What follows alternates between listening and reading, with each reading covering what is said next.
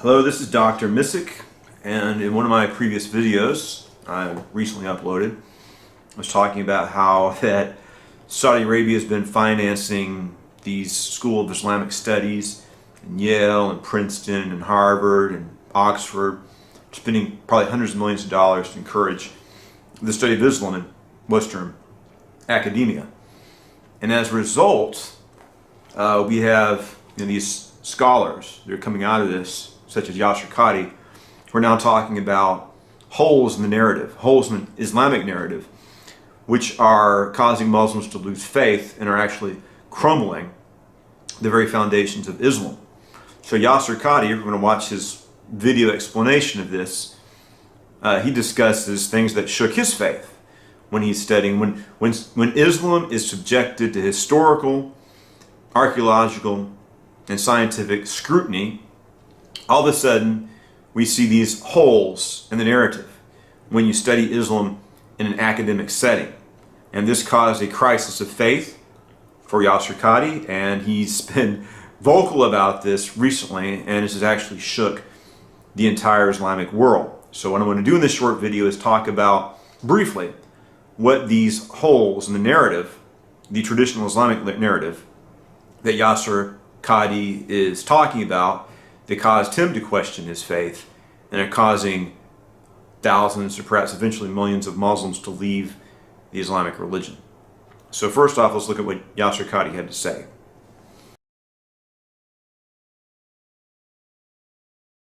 Now, as for the issue itself, every single student of knowledge knows, who studies Ulum al-Quran, that the most difficult topics are ahruf and qira'at, and the concept of ahruf and the reality of ahruf, and the relationship of the Uthmanic Mus'haf with the ahruf, and the preservation of the ahruf. Is it 1, is it 3, is it 7, and the relationship of the qira'at to the ahruf. This is a topic that when you're the beginning student of knowledge, you're like, what is all of this going on here? When you go a little bit more, you learn to simply memorize what your teachers say and regurgitate it out, and you don't fully comprehend. When you do a deep dive is when things get very, very awkward and difficult. And this isn't new. This is from the time of the Sahaba. And this is not a joke, brothers and sisters. The issue of ahruf and qira'at caused confusion to somebody whom the Prophet ﷺ said, if you want to listen to the Quran directly, listen to Ubay. I mentioned the crises that happened to me at Yale, my first year at Yale.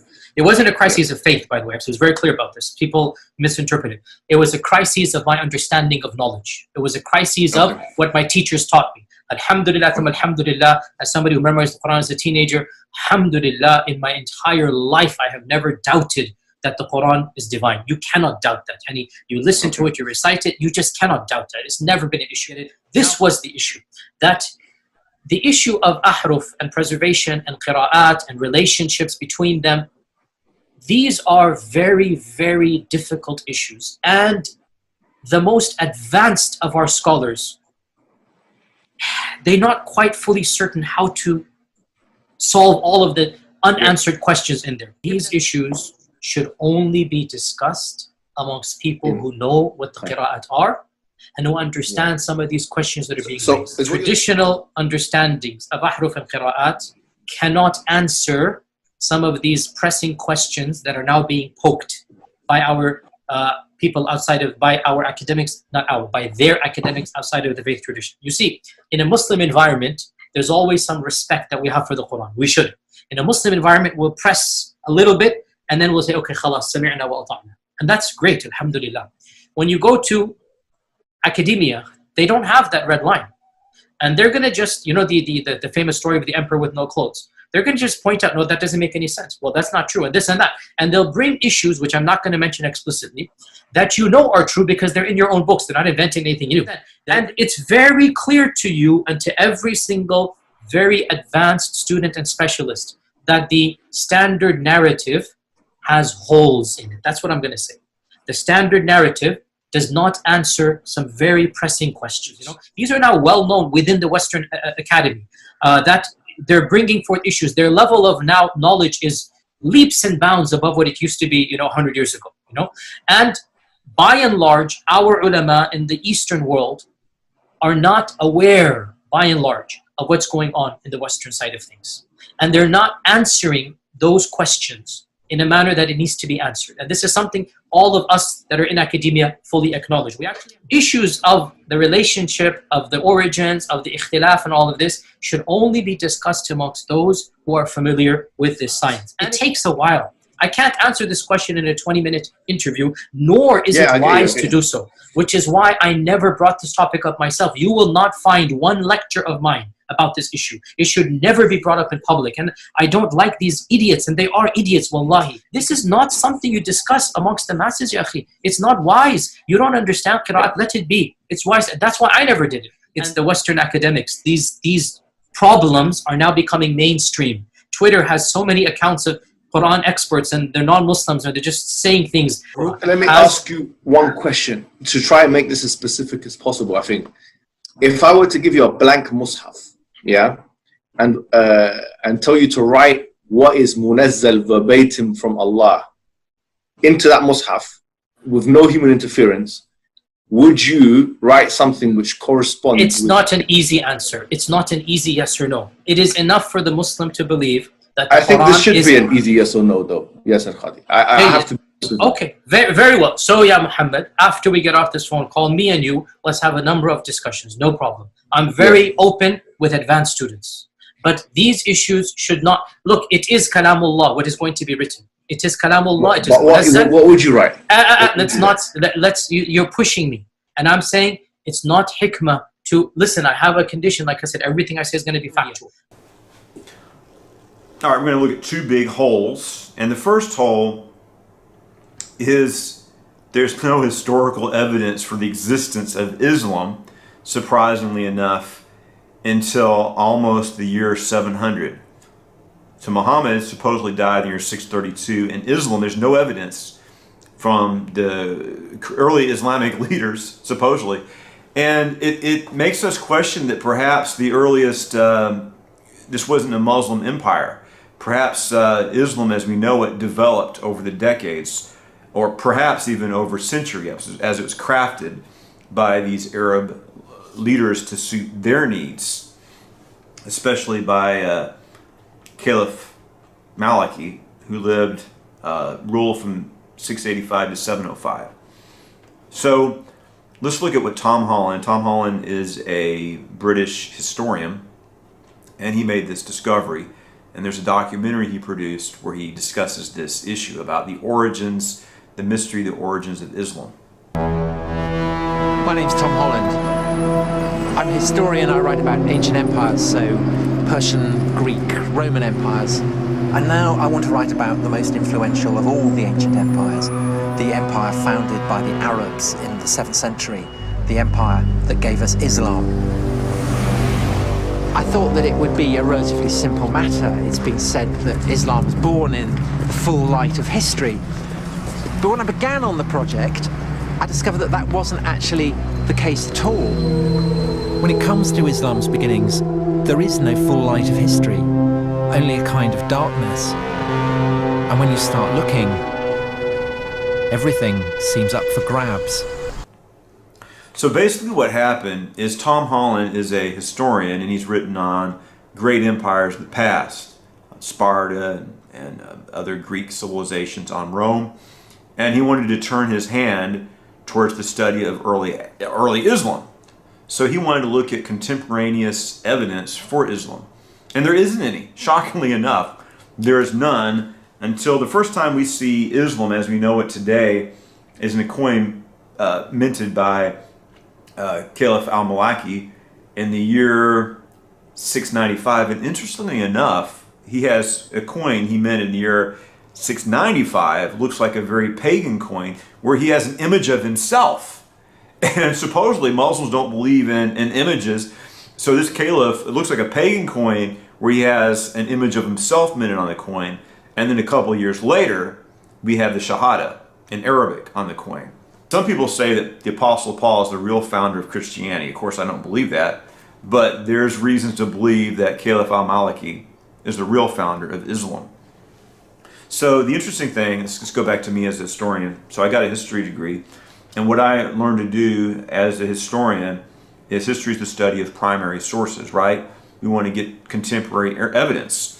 So we don't have any. In the 600s, there's nothing about Muhammad, there's nothing about Islam. People who are encountering the Arab invading armies, they don't describe them as being Muslim at all. And like I said, surprisingly enough, you have the supposed diplomatic correspondence of the caliphs. They're not mentioning Islam at all. And on earlier Islamic coins, there's not the Shahada or anything like that. They just have Bismillah Allah in the name of God. Nothing about Muhammad, nothing about Islam. That doesn't appear until later. So how does Tom Holland deal with this, where in about the first 100 years of Islamic history, or the Arab imperial history, Islam doesn't appear. And finally, in the late years, around the year 700, then we see, Islam as we know it today starting to emerge and develop. So how he dealt with this is like, okay, here's an issue. There's a book I recommend called The Death of the Prophet. And it describes how contemporary evidence states that Muhammad invaded the Holy Land and that he was alive in the year 634, when Muslim sources say he died in the year 632. So how does Tom Holland deal with that? And he says, well, what happened is the Muslims needed to craft a biography of a prophet, and they decided to use the story of Moses. They say that Muhammad is a prophet like Moses. We know that Moses wasn't able to lead the people into the promised land. He had some battles, but it was Joshua that initiated the conquest. So that's how the Muslims wanted to tell their story of Muhammad, is that he led his people to the precipice, and then Abu Bakr led them on to victory and the foundation of the Islamic Empire, or the Arab Empire that became Islamic after several decades, according to historical evidence. So Tom Holland believes that these stories were crafted over decades to serve the interests of the Islamic community, especially in creating a legal system, jurisprudence, because the Persians had an old legal system, ancient civilization, and so did the Byzantines, the Roman Empire, and the Arabs are starting from scratch. So the Arabian rulers had the stories of Muhammad and the Quran, the Hadith, and the Surah crafted to serve their needs, to create a legal system so they could administer this great empire. And one of the things they wanted was the sacred scripture in Arabic, because you had this Roman Empire, they had the Greek scriptures for these people. They wanted a uniquely Arab civilization, so they crafted a religion. So the question is, who was Muhammad? How much of the stories that the Muslims tell are true? Tom Holland also deals with one of the most scandalous stories about Muhammad, where Muhammad marries a 6-year-old girl and deflowers her when she's 9. The story from the Hadith is that Aisha was playing with little girls. She herself was a little girl. She's 9 years old. She's playing with toys in the backyard with these little girls together, and she's announced, like, the Prophet would like to see you. So she's taken to the Prophet, and he deflowers her, we'll put it that way. So we look at it today, it looks kind of shocking. And Tom Holland is saying, well, that story was crafted. It's not necessarily historically true, because Aisha is Abu Bakr's daughter, and this brings him to Abu Bakr is the first caliph that succeeded Muhammad, and that gives him legitimacy, that he just didn't marry his daughter as an adult, but as a child, to ensure her virginity, that she hadn't even had her first period, according to these sources, when she's deflowered, to show that she's a virgin, wife of Muhammad, his favorite wife, the very daughter of the first caliph, Abu Bakr. So, but does that help Islam? First off, the story is scandalous. Secondly, does that really help to say the story is not true, right? If the hadith is not true, in that instance, then what else is not true? So if they just made this story up, what else did they make up? And Tom Holland believes that quite a bit. He dismisses the historical reliability of the Quran and the Hadith, saying that it was developed over a period of time and started being assembled in the form we know it, I guess in the very, very late 600s, early 700s, to serve the purpose of the Arab rulers who at that time crafted the religion into Islam. In the book, The Death of the Prophet, it looks at the actual evidence, contemporary evidence, where the Arab conquest is described very differently by first-hand testimony by people living in that period, who don't mention or describe things that are in the Islamic sources. So that's very interesting. But that book, and there's a lot of evidence for believing this, saying that Muhammad himself wasn't really a Muslim, that he was a millennial prophet. He's predicting that the end of the world is coming very soon, and he created an Abrahamic religion. He's trying to create a religion where Jews and Christians and his followers can come together. Later on, it developed into Islam and excluded Christians and Jews. But these sources show in the Quran itself, well, there is a big focus on the Day of Judgment and last days in the Quran. You can read it yourself. So I think that the author of The Death of the Prophet is onto something.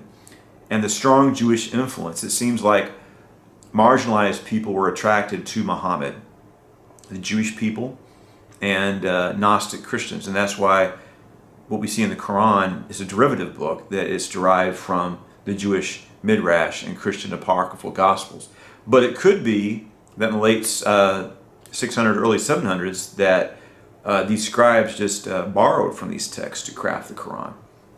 What needs to happen is we need to look at the best way to discover who Muhammad really was, if he existed at all, is to do a deep dive into contemporary historical narratives that describe it. I think that's where we're going to find the truth. And then we should judge the Hadith and the Quran itself in light of what we find the first people who record Islam, or mostly non-Muslim sources, what they say about it, instead of sources that are written 100 to 200 years after the time of 632 to 634 when this prophet lived. So first off, there's just an empty space in the life of Muhammad, and contemporary evidence from the time of the early Islamic conquest contradicts the Islamic account. And when I studied history in college, that's the best sources, right? Contemporary first-hand sources, instead of trusting in something that was written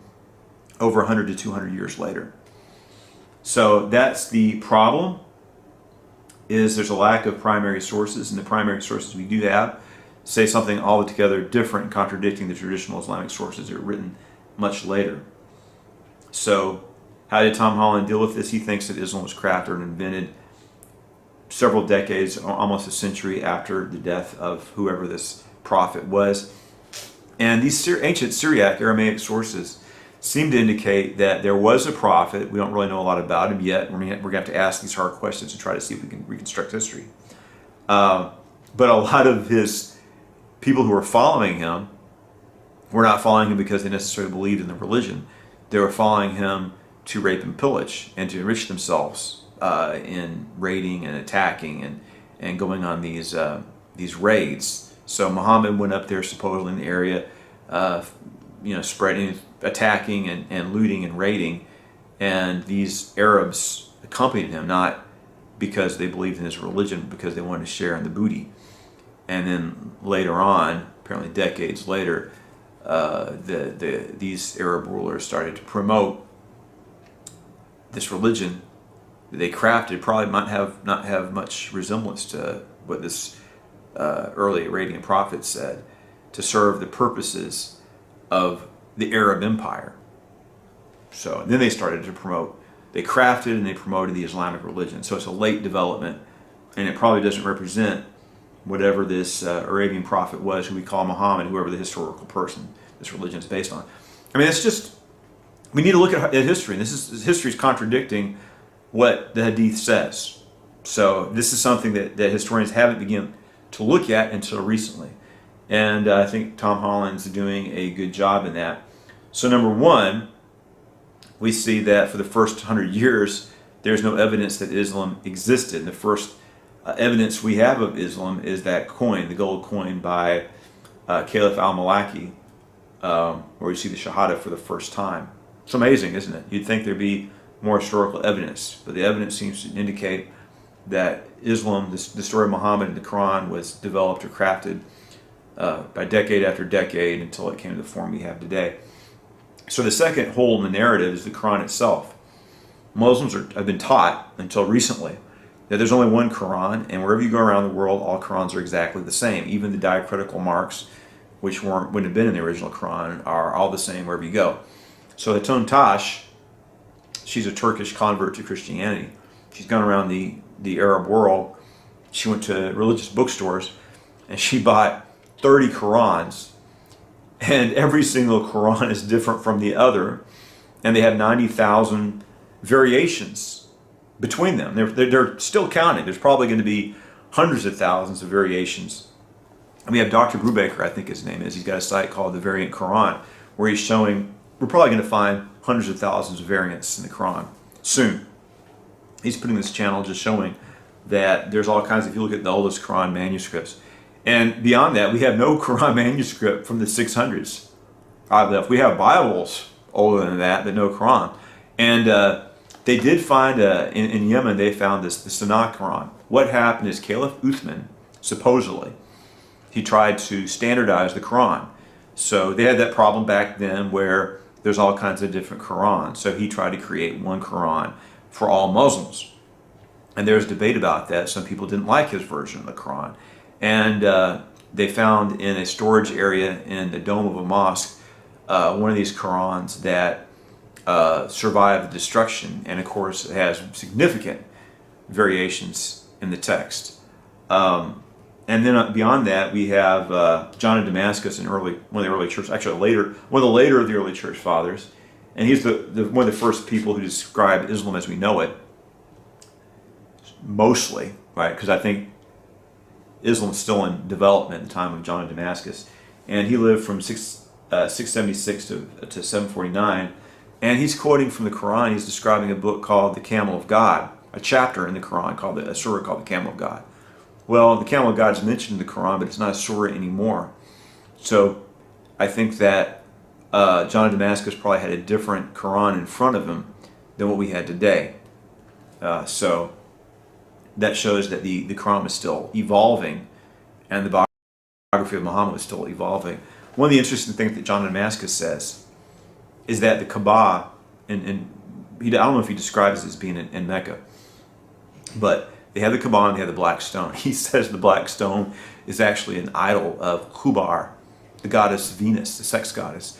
And Muslims at that time were saying that Abraham, he's not able to have children, so he takes Hagar, and they make love on top of a statue of Aphrodite or Venus, an Arabian sex goddess. So he takes this idol and he puts it underneath him, and he gets on it, and he has sex with Hagar. That enables him, since I guess the divine power of the sex goddess enables Abraham to impregnate Hagar.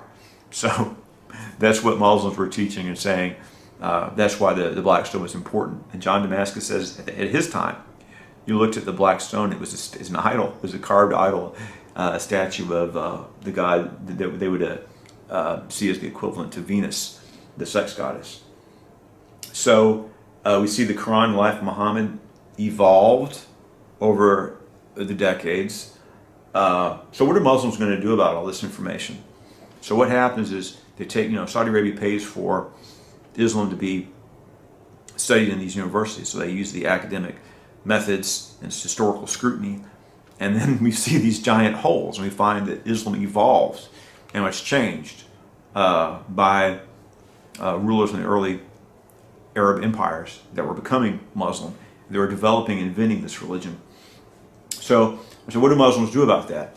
Is that any comfort? So like I mentioned before, the story of, Tom Holland saying, maybe they just made this story up about Aisha to show that Abu Bakr was the heir of Muhammad, because after all, Muhammad himself married his daughter, and she was pure as a virgin because she hadn't even had her first period. So that's Tom Holland says, that story is just invented. So like I said, if the life of Muhammad is considered, he's the perfect example for all mankind, and the hadith are, since that's true, and from Muslim point of view, the hadith, these hadith which are considered dependable and authentic, they're the basis of Islam today. A lot of Islamic practices come from the hadith. So if the hadith were just invented, what are Muslims to do? If that story is invented, how many other stories are invented? All of them? What do we know about Muhammad? Very little, apparently. So I don't know what they're going to do about that. Right now, what they do is when Hatun Tash comes to Speaker's Corner at Hyde Park in England, and they see her coming to ask these questions, they close up shop and they run away from her as fast as they can. That's the solution they have right now. I think the left has been coddling Islam for a long time, and I think these are valid questions for a historian, and we should be able to investigate them, let the pieces fall where they may. And Christians have dealt with, through biblical archaeology and textual criticism, we've dealt with these questions openly and honestly for centuries. If you look at the historical record of Jesus Christ in the New Testament, it seems to be historically reliable. But there's a lot of things we know about the historical Jesus, but what do we know about the historical Muhammad, if that even was his name? So leftists need to stop coddling Muslims, right? What's happened is Yosef Qadhi has, like Toto, he's pulled the curtain back, and now we see what the wizard really is. Not this big scary man, but a head floating in there with fire and smoke, but a doddering old man. So the curtain's been pulled back, the lie has been exposed. So where do you go from there? And I think that we need to look at the truth and find the facts. Thanks to Saudi Arabia in financing these institutes of higher education and applying historical scrutiny to Islam, now the very foundations of Islam are collapsing. And what we need to do, I think, as historians, is to look at the facts and see if we can reconstruct what really happened. And apparently it's not going to match the traditional Muslim narratives which were developed centuries later. So these are the two holes in the narrative. Number one, there's a big gaping hole where there's no evidence that Islam even existed for the first almost 100 years of the Islamic Empire.